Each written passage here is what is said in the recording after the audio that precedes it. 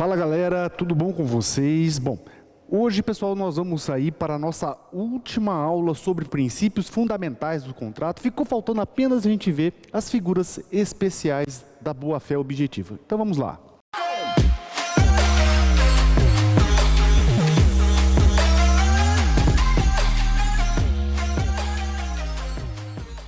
Bom galera, nós estamos aí já numa sequência de alguns vídeos sobre os princípios fundamentais dos contratos. Então nós vimos lá aquela parte introdutória, explicando como é que evoluíram os princípios dos contratos. Depois nós estudamos os princípios clássicos modernizados.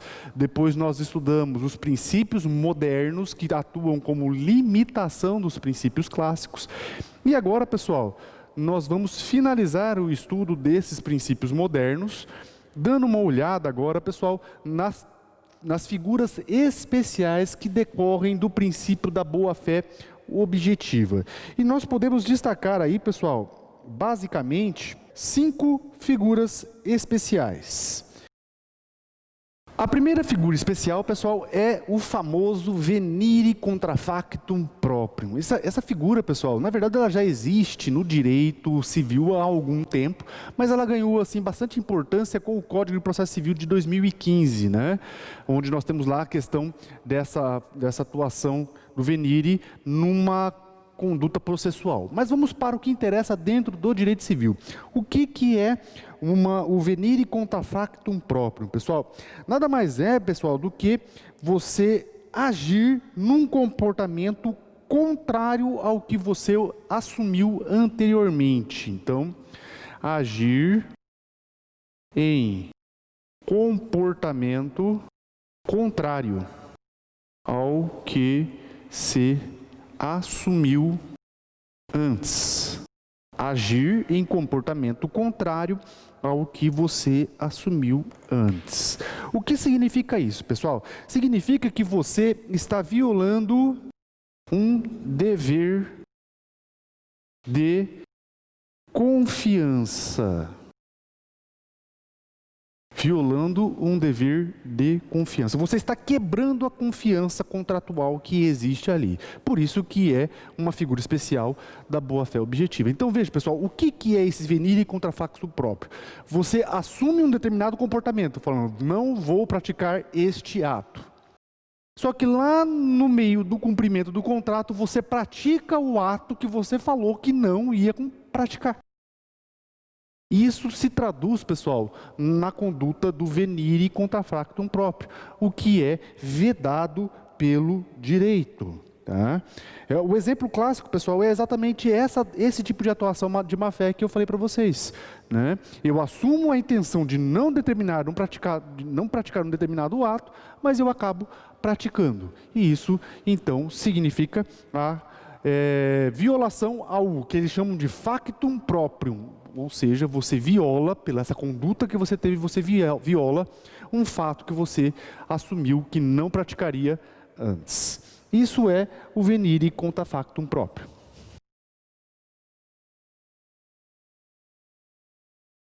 A segunda figura que nós temos na verdade são duas, suprécio e surrexio. A gente estuda as duas juntas, pessoal, porque as duas são, como o Pablo Stolze fala, as duas são duas faces da mesma moeda. Ou seja, um é o contrário do outro. Vamos começar primeiro com a suprécio. Suprécio é a perda de um direito pelo não exercício. E aqui, no lado oposto da moeda, é a aquisição de um direito pelo exercício. Então veja, pessoal, que nós temos duas situações que na mesma conduta vai, de um lado, provocar a perda do direito pelo não exercício e do outro, provocar a aquisição do direito pelo seu exercício. Classicamente, pessoal, a doutrina utiliza como exemplo de suprécio e surrécio uma decisão, aliás, algumas decisões do STJ sobre um determinado tema. Venda de combustível comissionado. O que significa isso? Quando um posto assina lá um convênio com uma determinada distribuidora de combustível, por exemplo, ele pactua lá que ele tem que comprar no mínimo tantos litros, X litros de combustível, no mínimo, certo? Só que, durante todo o exercício do contrato, primeiro ano nunca se cumpriu essa quantidade mínima, segundo ano nunca se cumpriu essa quantidade mínima, terceiro ano nunca se cumpriu essa quantidade mínima. No quarto ou no quinto ano, a distribuidora vem exigir o cumprimento da quantidade mínima. É aí que entra a Supresso e a Surrécio.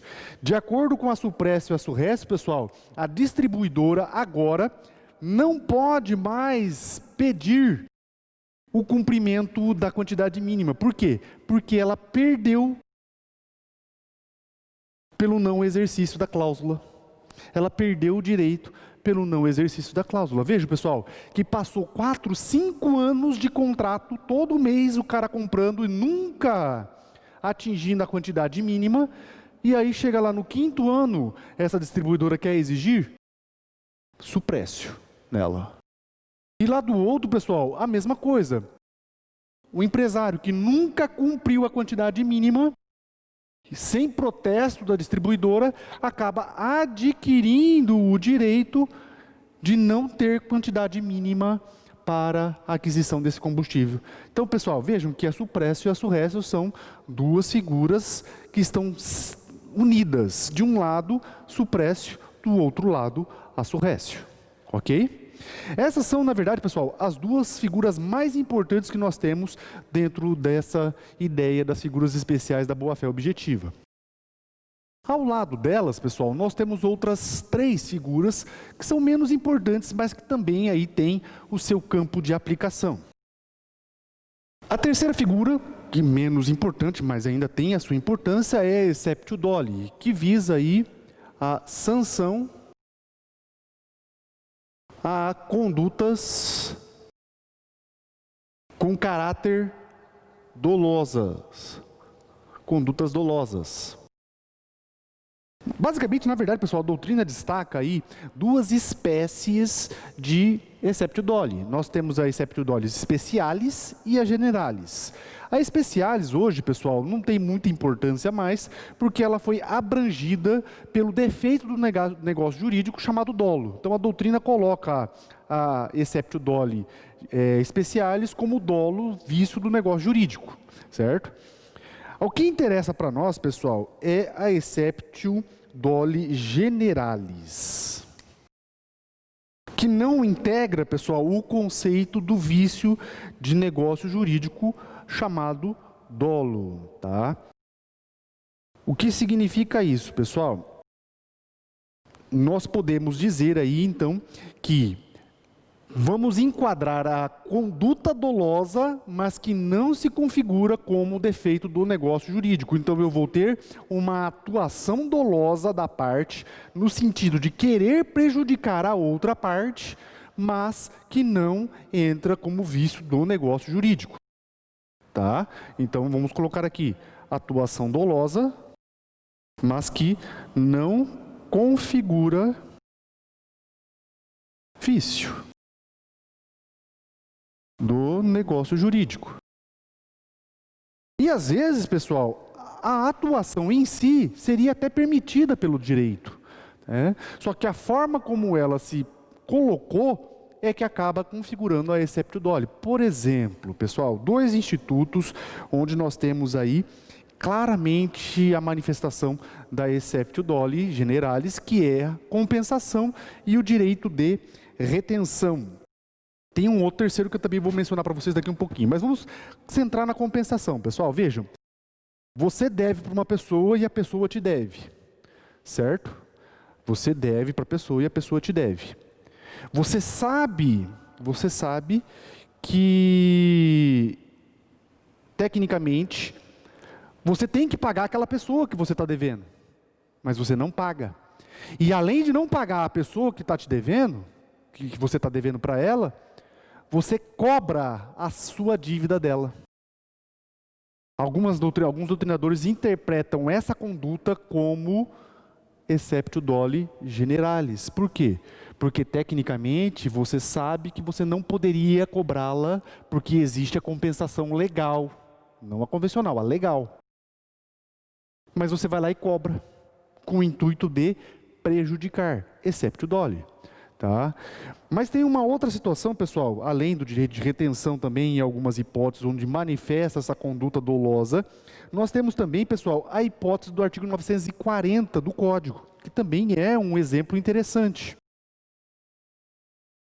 Artigo 940 do Código. O que o artigo 940 fala, pessoal? O artigo 940 trabalha a ideia da cobrança de dívida já paga, né? Ou cobrança de dívida em valor maior daquilo que efetivamente está devendo. Tá? Também nós temos aí, a doutrina aponta o artigo 940 como um exemplo de exceptio doli generalis. Outra situação que nós temos, pessoal, é a TUCOC. O que é a TUCOC? Pessoal, a TUCOC é o seguinte: você, na prática de um contrato, de um negócio jurídico, de um ato jurídico onde envolve a boa-fé objetiva, você viola uma norma jurídica, e aí você tenta alegar essa violação da norma jurídica para evitar o cumprimento do contrato. Então, viola-se a norma jurídica e depois alega-se essa violação para não cumprir o contrato, por exemplo.